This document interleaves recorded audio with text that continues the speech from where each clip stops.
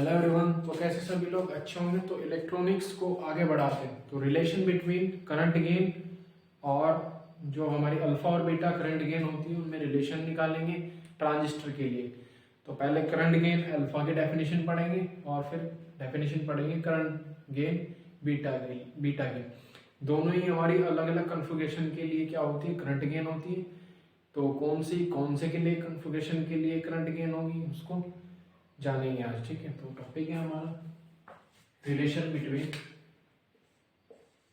Relation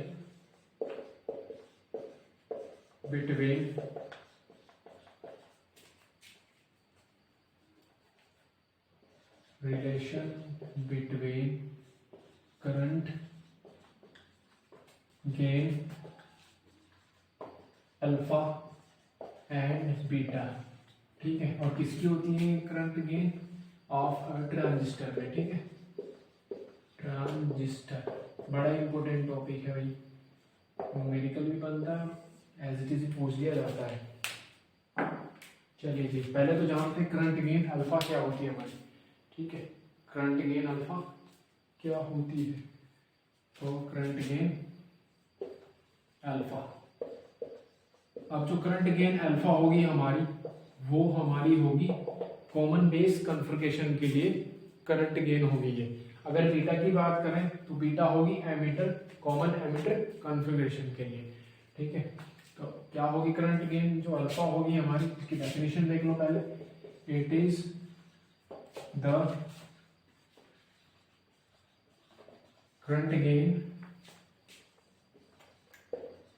for common base configuration. ठीक है, तो ये डिफाइंड कैसे होगी जी। It is defined as the ratio of change in, बड़ी सिंपल ही डेफिनेशन है, change in collector current to change in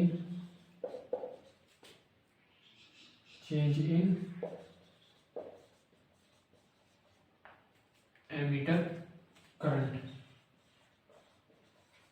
eight constant collector to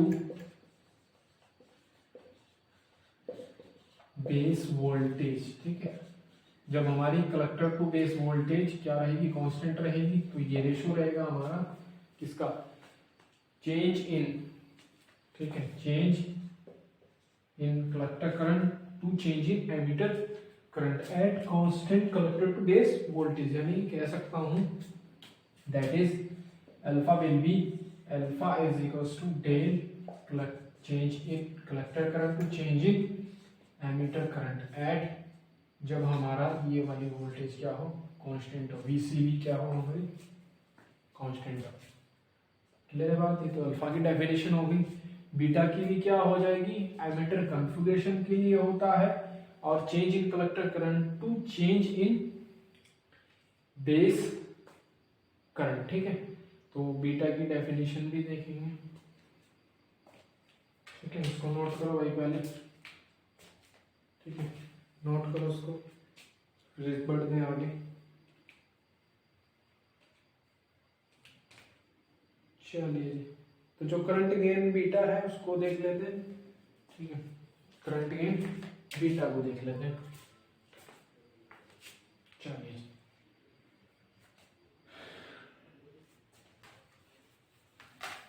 ऐसे ही ये बन जाती डेफिनेशन उसकी, लेकिन चलो क्या अलग से कर देंगे।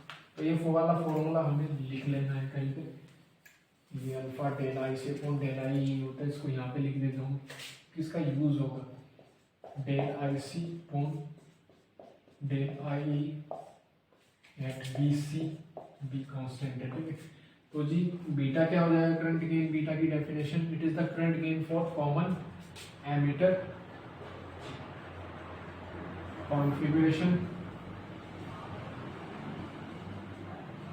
ठीक है, तो क्या कहेंगे, it is defined as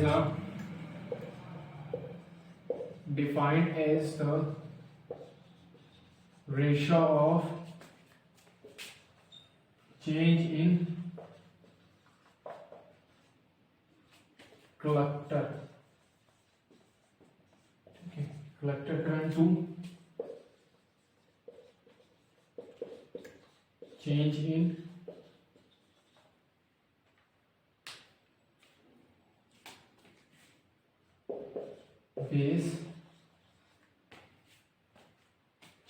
base current at constant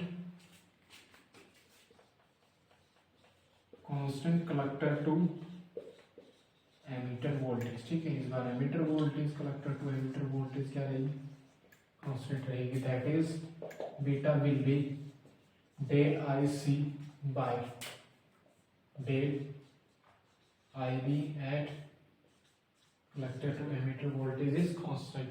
ठीक है, चलिए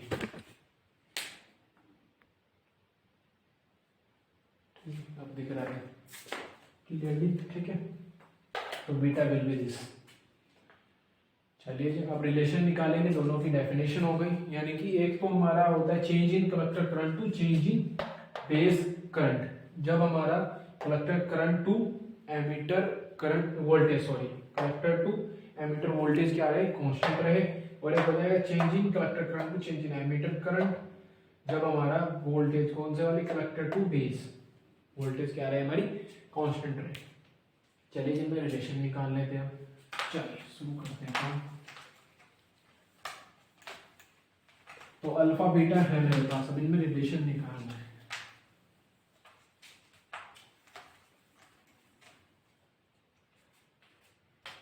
ठीक है भाई, तो बीटा ये रहा, तो ये वाली इक्वेशन फर्स्ट बन गई, इसको हमने सेकंड कहेंगे। तो फ्रॉम फर्स्ट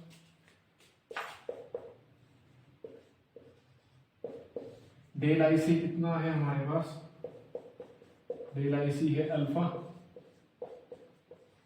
डेल आई ई।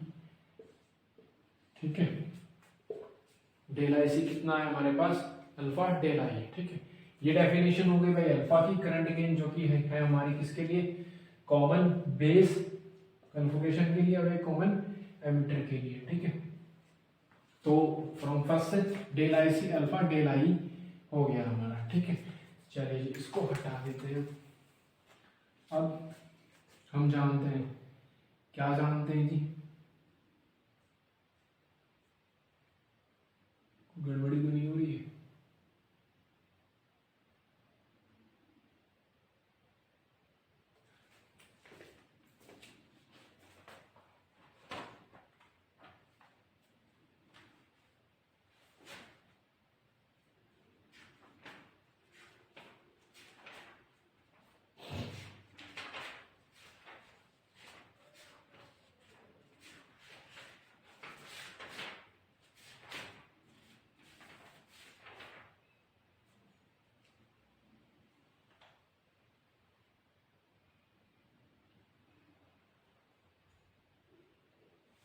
ठीक है, ठीक है, सही काम कर रहे हो।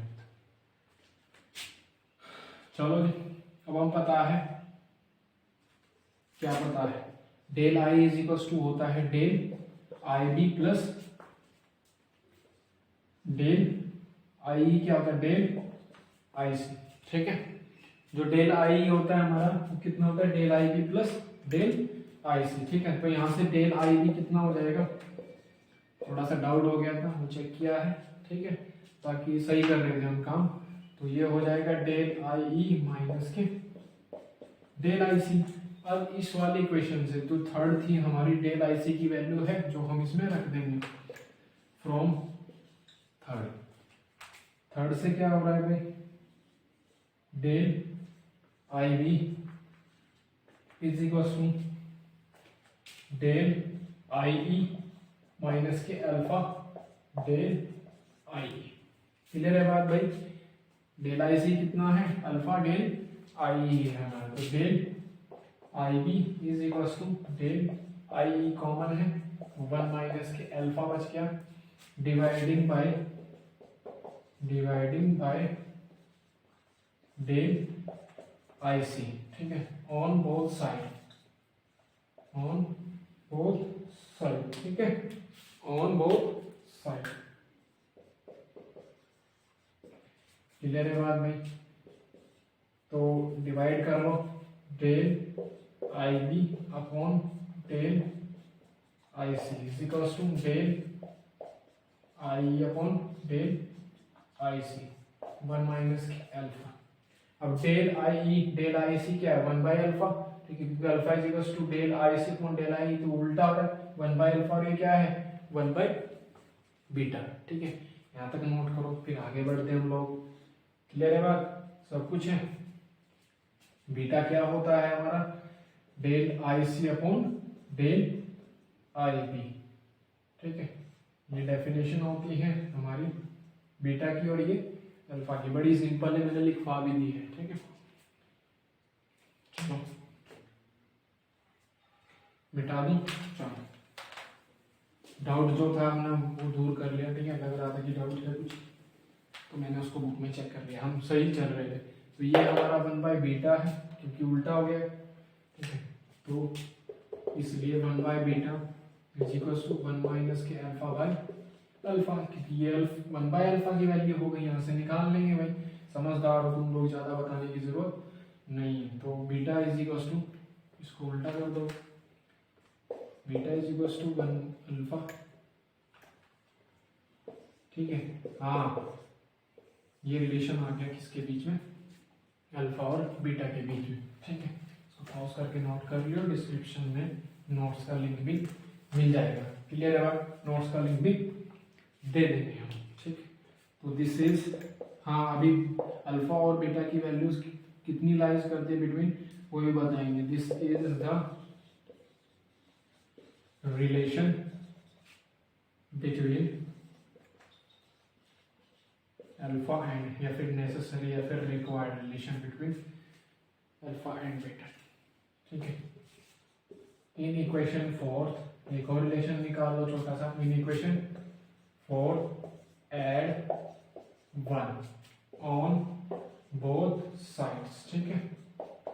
चलिए जी, क्या होगा, इधर ऐड करेंगे 1, तो 1 plus beta, we get, we लिख सकते हैं हम लोग इसको अच्छा सा बनाने के लिए। 1 plus beta is equals to alpha 1 minus के अल्फा प्लस 1, एलसीएम लेंगे तो 1 plus beta is equals to alpha plus 1 हो जाएगा माइनस के अल्फा, एलसीएम ले लिया, 1 माइनस के अल्फा आएंगे, 1 माइनस के अल्फा के इधर मल्टीप्लाई कर दिया हम लोग, अल्फा से अल्फा कैंसिल, तो 1 प्लस बीटा, ये 1 माइनस अल्फा इसके साथ, 1 minus alpha is equals to 1, एक रिलेशन ये आ गया।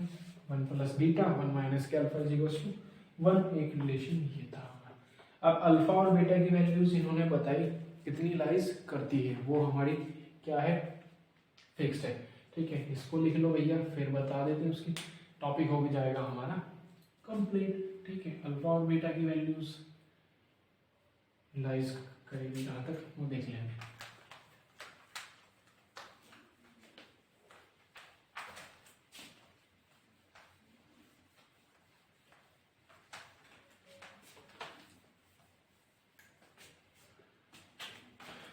ठीक है, कमेंट भी करते रहो बीच बीच में, क्या चल रहा है, कुछ नहीं चल रहा। The value of alpha, the value of alpha lies between 0.952 to 0.99,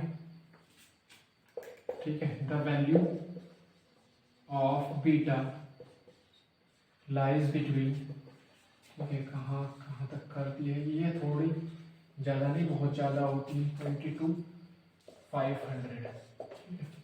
तो ये अल्फा और बीटा की वैल्यू लाइज करती है इतनी, और अल्फा और बीटा में हमने दो रिलेशन भी बना ली, beta is equal to alpha upon 1 minus के अल्फा, ठीक है, और एक 1 plus beta 1 minus alpha is equal to 1, ठीक है। पढ़े इसे, जो भी है वो कमेंट वगैरह करें आप लोग, ठीक है। मिलते हैं नेक्स्ट में, थैंक यू।